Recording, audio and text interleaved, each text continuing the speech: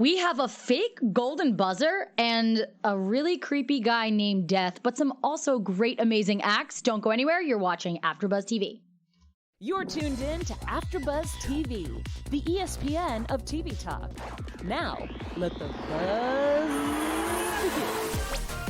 What's up, AGT fans out here? We are on season 14, episode 5 of America's Got Talent, and I am joined by my lovely co-host. We have Rachel Swindler, and she is obviously from Big Brother, which is what we love and know, but more importantly, she is an all-star Vegas act. She's a singer. I want to make sure I have everything down here. A singer, a host, and all that good stuff. And we have Antoine over here, actor, dancer, writer, and another Las Vegas act. Keep going, girl. Get the dictionary. Keep going. Well, I would totally do that, but we have so much to cover today on the America's Got Talent after show. Yeah. And we are so excited to be here like usual. Thank you guys for joining us. Always join in on the comments because we love hearing from you, because we got some acts that we really got to break down right now. So usually we save the golden buzzer for last, but because there wasn't a real golden buzzer this time, we wanted to go and really start on the fake golden buzzer. Hashtag fake golden buzzer. What did you guys think of that act? Yeah, so Ben Trigger, dancer, as... Again, I mean, we're all we're performers, but coming from a dance background as well, seeing, a little bit overweight of a guy who, he had dislocated his knee, he had gone through it, wasn't able to dance for years, and, that the classic story of, he wasn't the idealistic body type of a dancer. So I was feeding into the story. I was really, really excited. I was like, oh my gosh. I think I even turned to you. I was like, I really hope this is going to be something really cool. But unfortunately, it was a little bit of a letdown. I thought he was hilarious.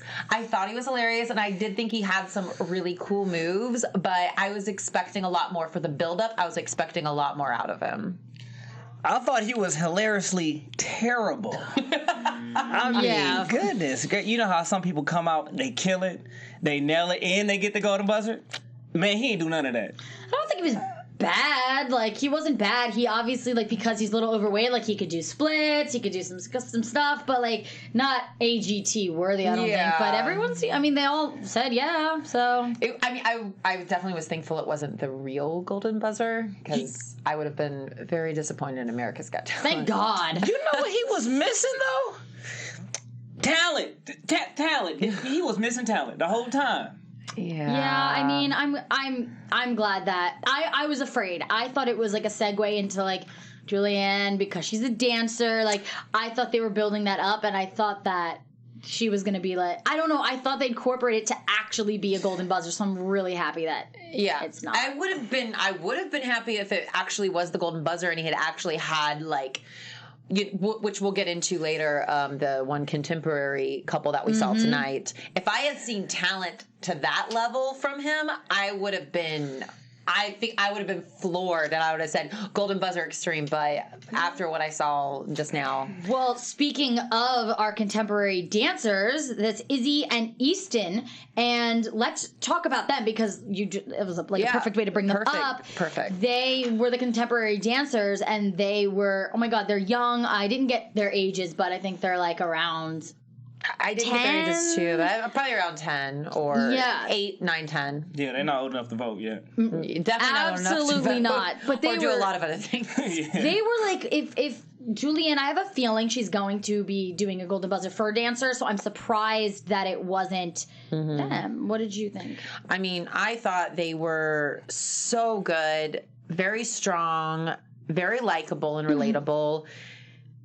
I thought they were absolutely perfect. I did write down here, just because I was watching carefully, I saw that the boy fell out of one of his turns. I didn't even notice. But that's just me being critical, because I was just watching very, very closely. I would fall out of turns because I can't dance nearly as well as they can. So that was just, look at that though. Perfect precision. Everything was on. They were together. I was just saying, if I were to find one thing, I would have said I saw that. But besides that, absolutely amazing, flawless. I think that they'll definitely go far in this competition. Yeah, I agree. I actually thought if this was the week that Julianne would hit the golden buzzer. If this is not the week, I am so curious to see what is up for next week. Like, because these guys, we had phenomenal contemporary dancers in this episode. These little guys were it. They were phenomenal. And that turn you pointed out, that's a good catch. I didn't catch it. It was so good to where they must have kept going. And us as performers, if you do slip, sometimes people, they just don't know if you just keep going. So. Yeah, there was a time I remember I was in a show and I fell off I fell down the stairs, but you know what? I just kept going. And I hope that no one saw that, but a lot of people did see it. Yeah. Because I had friends in the audience and they're like, "Hey, Rachel, remember when you fell down the stairs?" And I was like, "No, that was a part of it." So. Yeah. That's the way to think about it. I mean, that's a part of the show. No, that's a great way to think about it. I mean, I didn't notice anything. I thought they were in sync. I thought they were, like I had right down here, they had emotion. They were super flexible. The judges loved them. And obviously of course, what they want, like Julianne's approval, probably the most, just because it's Julianne Hough is a dancer, and she said their athleticism, which I didn't even know was a word, but it's true. He was doing like flips, and it was really good, and I'm surprised she didn't give them the golden buzzer. Yeah, there was a lot of slow motion clips tonight that I thoroughly enjoyed. I actually looked up athleticisms, and they said it's on Google. It says just a made up word from Julian. Wait, did she really say athleticism? Or? She said athleticism. Athleticism. I literally, I have it right down there. Okay. She goes the athleticism. And I'm like, is that a word? But, yeah. And the story was... Hey, she's Julianne Hough. She can make up any word she wants. But not just the dancing. The story was good, too. The dramatics, as far as the emotion they were showing, the acting to pull that off, because Simon is not a big fan of contemporary dancing. But they even won me over because I thought I was going to be bored. Looking at it, I said, man, this is another 2 minutes. I got to sit here and look at this mess. And it turned my decision around because of how I thought they was adults. Because he had me feeling that was his woman versus two people who just know each other who can put on a phenomenal performance. Yeah. Yes. They're like actors as well as dancers. I bought it. Mind equals blown. No, it really was. Well, someone that didn't blow away the judges at first was Lamont, and he is a singer. And this is a very interesting one. I felt like this entire performance was just kind of awkward. Obviously, at the end, he got better. I have down here that, Simon said he literally got on his nerves. He comes out onto the stage, and he obviously didn't really wow the judges because the song was just like, you know what? Tell me your thoughts, and then I'll say mine so I can circulate exactly what I'm thinking, because I know what I'm thinking, but I want to get to you guys first. Yeah. I mean, at first watching it, I thought he had a nice voice. I'm trying to think of what singer out there he kind of sounded like. Maybe Sam Smith? No, I don't know if Sam Smith is correct, but he had a unique voice. He had character to his voice. At first, not very blown away. I thought they definitely fed into the story. They had him go into the back with the music, pianist. They've done that a few times. I've as this being one of the first full seasons I've watched, I haven't seen that before. So, the dramaticness of him going back and then redoing it and all that stuff. But at the end of the day, when we watched him do that last bit when he was singing, it was definitely a big difference from the first one. He definitely was having more emotion. He was connected more. There was more of a story of an arc. And so, I mean, again, I know how you are about with singers and kind of, I think he was great, but he was great. I mean, I definitely agree with. I agree with Simon. I think that his first song selection was a bit safe. It wasn't karaoke-ish, but it was wedding reception-ish. Yeah, you know what I mean. So even when he chose his second song, "What's Going On," that's by Marvin Gaye. It's the same genre, the same feel. It doesn't push a true singer's limits as far as vocal talents. It's hard to see your skill because his voice. I like Simon, appreciate his voice. The guy can sing, but we just wanted to see the different tempos. Can you go high? Can you go low? Like a challenge him. So honestly, even when he came back to second round, I still felt that he has more in the tank.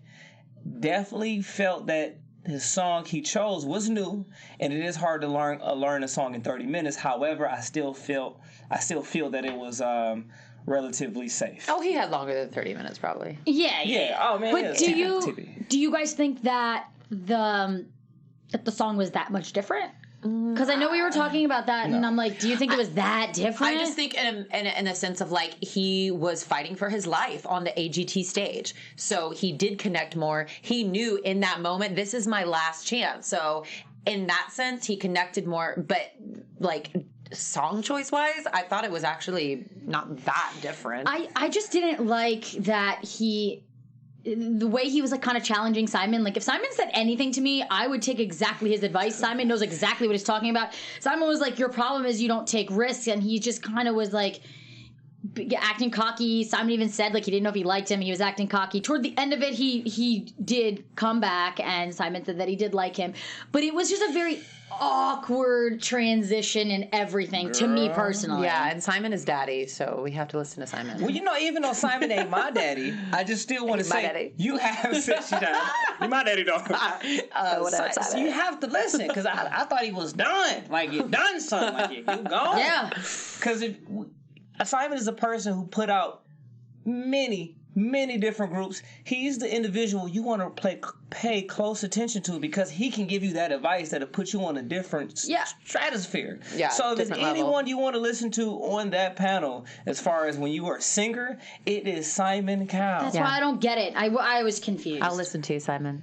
Simon's you know what I love about Simon, guys? His smile, and then he does the wink, like, loved it. Wink. Loved it.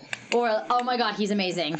Well, we could go on about this, obviously. Anyways, enough about Simon. Yeah, let's move on from Simon. And like I said, I've met him personally. He's incredible. So he's everything that you dream of. Hey, I wink too if somebody's smoking near me. My eyes is... He's amazing. Yeah. Anyway. Yeah, tell me what's up. Anyway. So let's move on to Nick and Lindsay, and they play the violin and opera. And what's very interesting about this couple is we actually have two opera singers, and we'll get to the other opera singer next. Me, opera, not my thing. I can appreciate it, but I would never go see it. No, I just not into it. So at first, which I think all the judges thought, and I think the way the show built it up, everyone's like, oh God, another opera singer, these two. And then she starts whipping out knives and throwing them around her husband. Yeah. What were your thoughts going through your head at that moment? You take this. I ain't impressed. Oh. Did you see how far? It was only two knives. Two that actually were close to. Okay. Can you throw knives from your feet? Yeah, girl, I can barely throw a knife with my hand. Wait, you weren't impressed. That's hard, man. Wait. This is how I'm judging it. In all fairness to me, I can't. And people, I cannot throw anything. Okay. Period. However, if that's your profession, I'm thinking that maybe it should be a lot. Have you not ever seen? Okay, ask yourself this question. Have you not ever seen someone throw knives at an individual like that, and it hits close, but not the individual? Remember, I think it was the second or third episode when the guy was blindfolded. Yeah. And the guys were from India. Yeah, and they were smashing the pumpkins. Yeah. They were really close, so it made it more suspenseful. I was more on the edge of my seat, like, oh man, she threw one knife, it was way over there. But I think that made it... I mean, I don't know if relatable is the right word, but I think it wasn't supposed to be like... This is our profession. It's just like, look, I'm just going to throw some knives and see what happens. I didn't notice how close they were getting. They weren't getting very close to... I didn't really notice that either. Yeah, I thought they were getting fairly close. Two. Okay. Well, Simon hit the X first. Let's just put that out there. And then all this stuff started going on. I mean, I thought, I wrote down connecting musically. So I loved their story when they said they connected musically. And I believe that to be, I mean, that's so true when you connect with your profession and you connect. You can connect with your significant other. It was a beautiful story. I actually thought he was a great singer. I know that Simon. Yeah, I was surprised. Simon had said he didn't think he was that great of a singer, and I was like, okay, I will. You know what? We might not like opera's not my favorite genre of music, but that is one of the hardest type of music to sing. I mean, Lady Gaga was trained in opera as well. I mean, we see how amazing her career is. So let's not sleep on the opera singers. The opera singers, man, that takes some talent I don't know much about like opera. I don't know much about singing. Yeah, I don't know like if it is harder than normal singing. Yeah, like. I mean, I've definitely heard opera singers where I'm like, oh, I wouldn't. But then I hear other opera singers and I'm like, okay, I could. All right, I could get down with this a little bit. Woo, right there. In the right context, I liked that they paired the singing with the throwing of the daggers and the knives and the whatever. I'm going to be honest, in Simon's defense, I think it was just the singing collaborate with the violin playing. I don't think his voice mushed well. Mushed? Mesh. Her. I don't think it mushed well. Yeah, well, it didn't at all. It didn't mesh, nothing. The violin to me was a little off.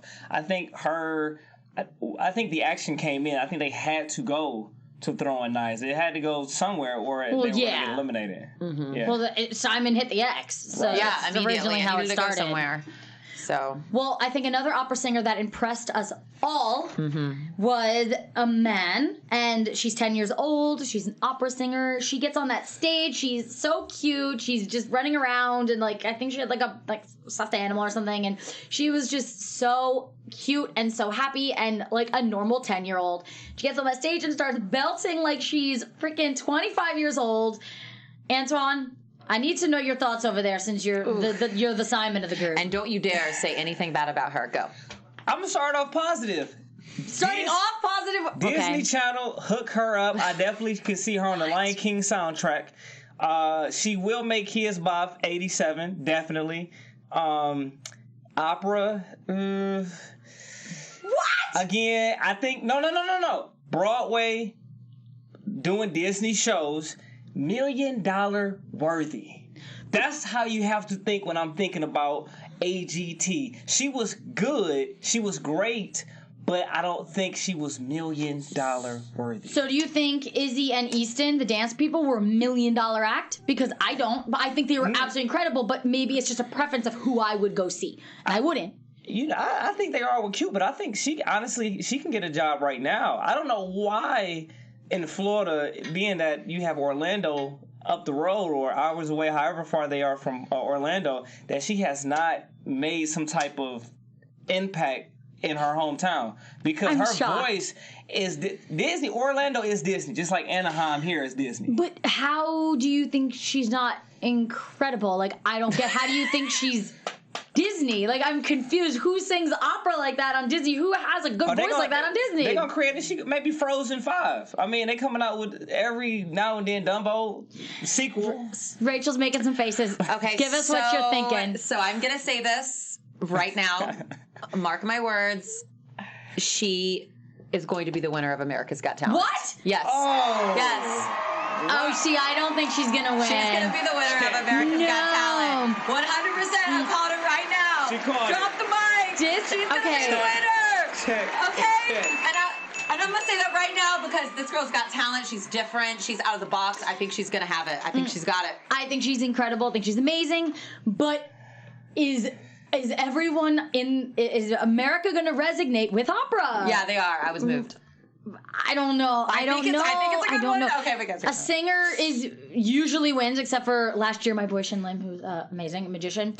I think she'll touch America. Singer's gonna win, I think she's gonna touch America. Really? I think she was amazing. I don't think she's a Disney act. I think she's not like she should be on like Phantom. Touch the hearts of America. She could be like the star of Phantom of the Opera. Like, she's amazing. Broadway. Yeah, like, I could see that. She is. But I don't.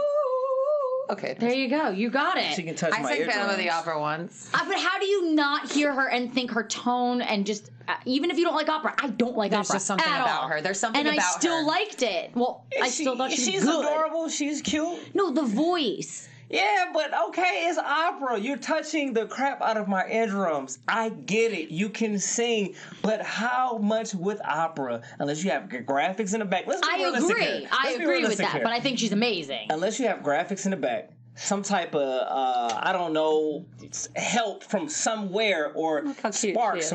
She's adorable. But that's my girl. She's wearing red just like I am today. Is that enough? Oh, yeah. To win what Rachel said that she was going to do. It is. So she's your favorite? Yeah. Okay. No. Love her. Love her. But I don't think she's gonna win. I don't think she's my favorite. I think she's like, I think she's amazing. Like, her voice is undeniably great. And if you don't think that, Antoine, I don't know what to say to you. I think her voice is amazing. But I mean, come on, give me a break. Go get this girl a Pop-Tart in a Capri Sun pouch or something. Okay. Anyways, moving on. The next group, I cannot say their names, and I feel bad because they said it so fast and I didn't get to write it down. It's the choir, and the conductor is Ralph Smits, and they're from South Africa. In Clover, but I'm not completely sure because it was very fast. And it's a choir, and I don't want to butcher it, so anybody gets mad at us, that's why I'm just not going to try to pronounce it. But they're from South Africa, and they had incredible voices. They showed a lot of culture. Antoine, why did I just say your name like that? Yes, what do you, girl. Antoine? What do you think about like I'm them? on punishment. Yeah, that's why I'm thinking of you first. I gotta hear your feelings. I honestly thought that once again they got the new Lion King sequel coming out in 3 or 4D. I would love to hear him on that soundtrack. I kind of agree with you. Exactly. I do. I do. Can I get it? I do. Finally. Yeah. No, I do. Definitely. Yeah. So, anywho, was it spectacular? I think because last week we had a choir that actually went on to make the auditions. This week I feel like it's fair competition to add another one to compete, and we'll see how things goes. Because they seem like they can dance. They move a lot more than the other ones. I think like them. The other ones were kind of just everywhere, just doing all type of new millennial dances. This choir here had a little bit more culture dances. Something different, and they seem to be in sync. Yeah, I liked them. I liked them. I don't think that they're going to last extremely long, but I did find them to be very entertaining. It was very show choir for me, though. Yeah. Again, it's just not one of the acts tonight that like stood out to me as like, wow, this is gonna be an act that really goes far in this competition. And this is the thing, and I'm not. But they're good. Yeah, like this is the hard part. Like, they're talented. They're so, like, a lot of these people are talented. You can't deny it. But a lot of it too is personal preference. Like, I'm not super into that music. I loved that they showed it was. The way that they showed their culture, the way that it was the voices, like, just everything about it was really, like, inspirational. But, like, would I watch it? Do I think it's $1 million act? No. They're fun, but... Yeah. And then it made me want to join in. Like, I feel like, but I can't. It made homey feeling for me because, once again, I grew up off Disney. I mean, hey, where's my hot chocolate when they was on? That's what I was looking for with the marshmallows. Shout out to Swiss Miss. Yeah. Was there a choir last year on the show at all? Yes, there was, and I can't remember their name. Did they go far? They were great. They made it to the live shows. They were really good, but they made it because I remember I interviewed them on the red carpet, so they made it to the live shows. Okay. Let me ask this question. Do you think this choir would also make it to the live shows? I think quite possibly they could. I need to see more. I don't know. Ooh. Maybe. No, I need to see more. I just need to see another. The reason why I'm saying I don't know is because the judges sometimes confuse me, and like I just never thought they were like. I guess they are choir people. I don't know. Truly, the choir last year was amazing. They were the nicest people. I can't believe I can't remember their names. Children of Hope, or it was it was around. I could be wrong. It was something with hope. Yeah, it was Hope. Yes. Children of Hope. Let's just say something with hope. It is. Well, the next act that, the judges loved, I was confused, was the Idigo Virtual Reality, and they're from Italy. I don't know if I said their name correct, but they were virtual. It was like a virtual reality for mental health. I was a little confused of what was going on and what the point of it was. Like, what did you think? They're helping to support people with, with mental health issues and tackling phobias. We saw how we get up there, and I guess he has a fear of heights, and he felt like it was real and all that jazz. This is definitely not an act that should be going far in America's Got Talent. I don't understand. Have a pop-up booth, at the Strip at the Link in Las Vegas. Yes, I could see that, having a virtual reality place that helps people with mental health. That's awesome. But like America's Got Talent, no, they should. I don't understand why this is an act. I didn't get it either. I get it. I think when I was watching it, I think I would prefer to see this on Shark Tank if they were to, that is a great point, actually. The idea, because they are the developers of this concept. It's not as much like an act. Yeah, but on the like you said, I can see it in Vegas at the fashion show mall in the middle. I understand, because if anyone is familiar with America, period, we all know Howie has the worst phobias. So with that being said, and the way they had it engineered, you can watch it on this teleprompter, this TV. So the audience was able to be entertained. Now, I'm going to add this in there. The reason why I think they went on is because, remember, when you audition, you only give this much. Some people should only give just a hint of flavor of what you're capable of, and then you start to grease it in and give the whole pie. So with that being said, I can see them maybe having all the judges to do something, or the entire audience, if they look at a projector, they feel like it's something amazing that has to happen with this, or it's no point. Yeah, that's you're just saying that maybe like a more interactive thing with like the whole audience, or like something like that. I wrote it's good for therapy. I don't think it's a Vegas show. I don't understand. I don't see that as a show. That's not a Vegas show. It's not a show. By any means. But no, and I'm a big advocate for mental health, because, I know a lot of people struggle with it. I even struggle with it. So it's something that Howie's always struggled with. He has like severe debilitating OCD. Oh, I didn't know that. Severe debilitating OCD. You can't, he can't touch your hands. Like when I met him for the first time, that's what you ever notice. He goes like this. He fist bumps people because he can't touch them because of germs. If you ever watch some of his interviews and stuff, and his daughter's actually one of the interviewers on the red carpet during the live shows.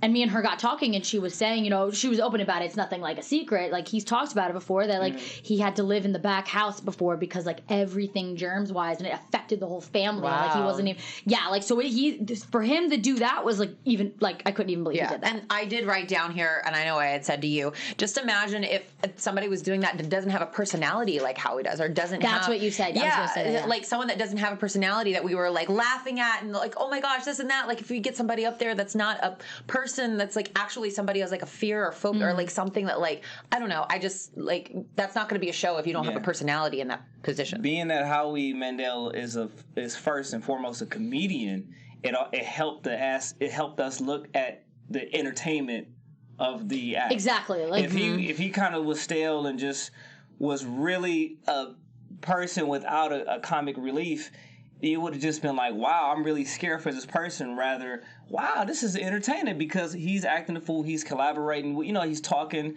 and his responses were witty and entertaining. Yeah. Well, let's just jump into, Rachel has something to tell all of you AfterBuzzers out there. So we just want to say thank you so much for making us the ESPN of Talk TV. For us to continue to grow, though, we need your help. So we need you to comment, subscribe to our YouTube channel right now. Leave your comments. Leave us some likes. We love you so much. I know AfterBuzz has been an amazing opportunity for me. It has helped me grow as a person, and we love you. We love what you have to say. We're listening. We are here with you. So drop us some comments and some likes. Yay! Thank you, Rachel. So now we have, I want to get into the two acts that made it, because we have some good segments and stuff coming up. So let's just go through them real quick. Let's go through Lucas, who is the dog trainer. I'm just going to say right off, I don't really have much to say about this. Yeah, there's not great much to story. Don't really care about dog trainers. Yeah, great story, really cute. I love dogs. I have one, shout out to my dog Charlie. But no, it wasn't, this is not an act that's going to go far. $1 million act. You talking about my man with the cowboy hat and his dog? Yes. Don't even tell me. Don't even tell me. I mean, don't. I don't know what the guy came on the show. Oh, okay. I thought you were gonna say it was amazing and yeah. I was gonna be I was gonna question your credibility. And Rachel, he wastes my eyes. He wastes my time. Yeah. Okay, sure. we agree. Okay, great. We agree. Okay, next one is Sorry, I feel bad. There's just not really much to say on that. I don't think. Anyways, but the next one we got to talk about. Yes, Verba's Shadow Dance Group. You can already tell that Rachel is losing her absolute SH little star T. Come on, give us, talk to us. Okay, this is an amazing act. This blew me away. This is something that I feel like America's Got Talent has not seen before. I know there was something that was like the Light Kids group that was earlier here that was similar-ish, but I haven't seen something like this. The story moved me.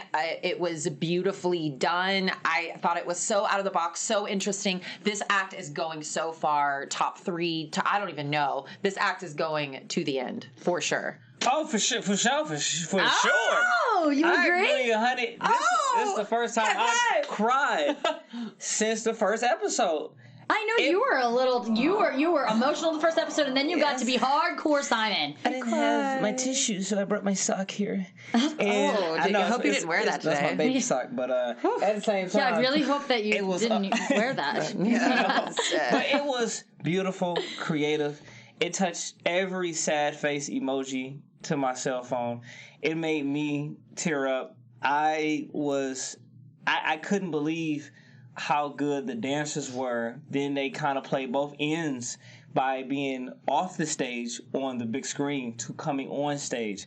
So with them being this so creative, that trumps talent. That's just what is above what your expectations are.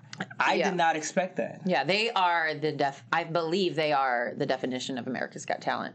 Yeah, they're great. They're great. They're interesting. And for them to different. Impress you, I find them to I feel like you're not very easily impressed.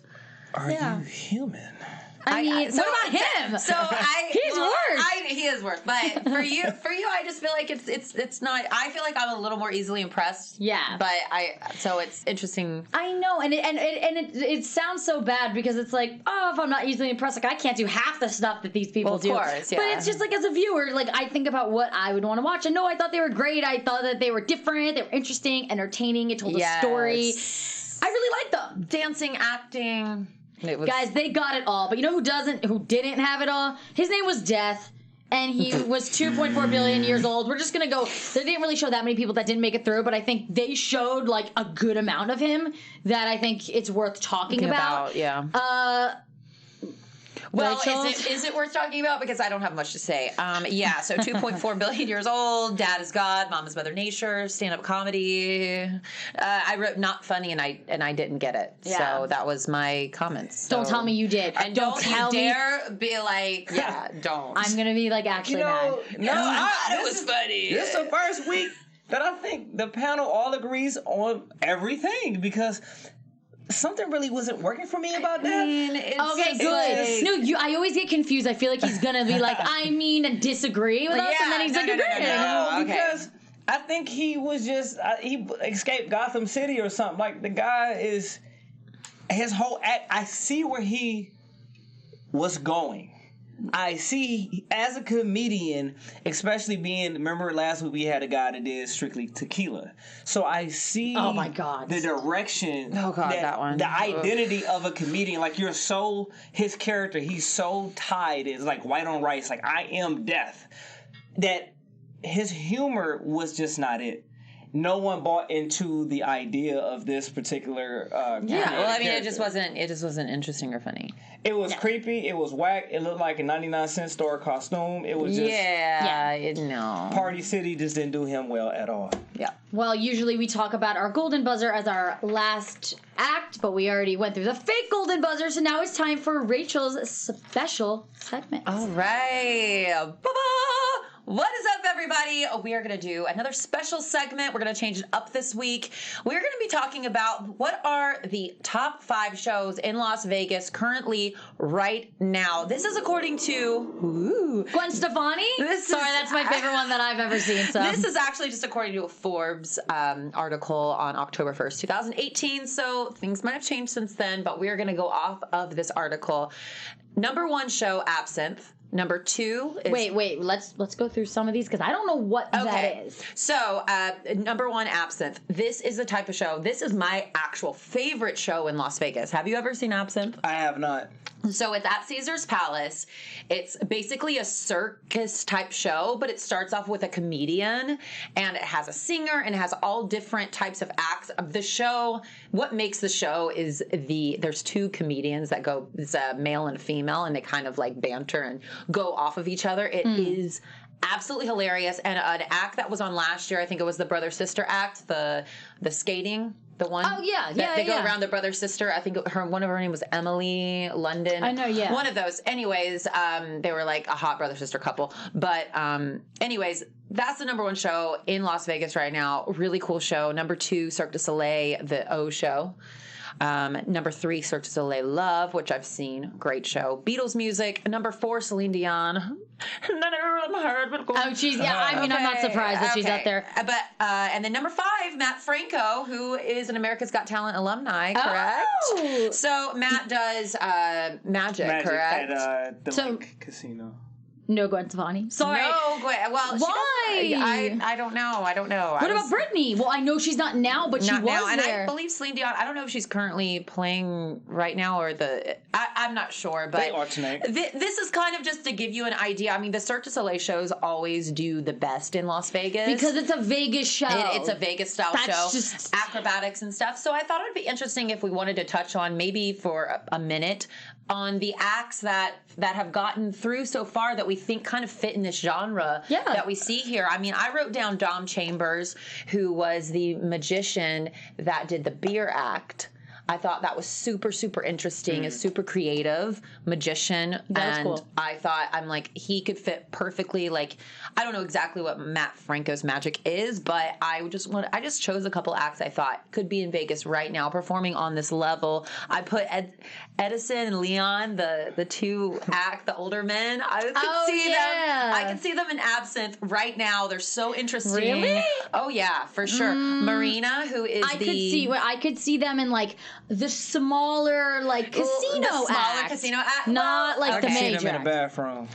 Oh my God. Come on. And then we got Marina. Do y'all remember Marina? She was the kind of black swan. She did like that. I wrote down Absinthe for her because I could see her in that show as well. She's different. She's edgy.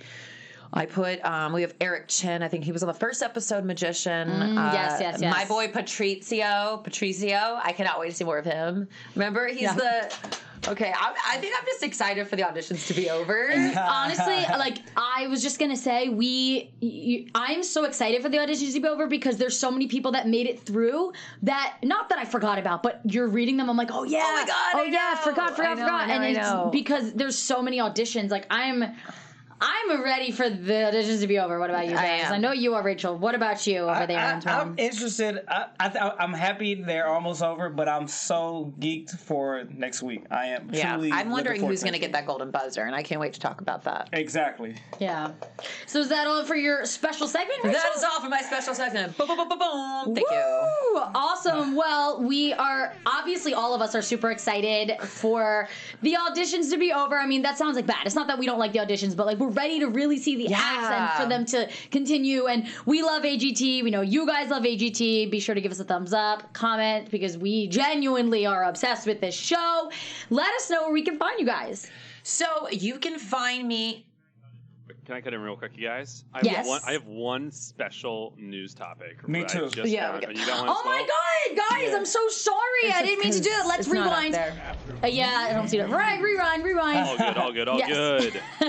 What's up, guys? It's Antoine Baynes kicking that hot news and gossip.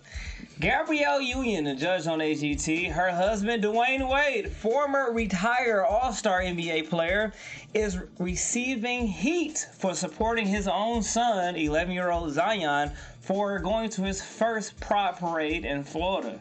So, yes, I think his son is with the LGBT community, and I'm not too sure, but attending the first Pride Parade, as far as support of the LGBT community, the father, Dwayne Wade, is supporting his son, and he's receiving flack. He's supporting his son? For supporting his own son. And he's getting flack for supporting his son? That's what it is. This just happened recently. Come on, what day and age are we in right now? I mean, but we support anything and everything that you guys do as parents as far as positive.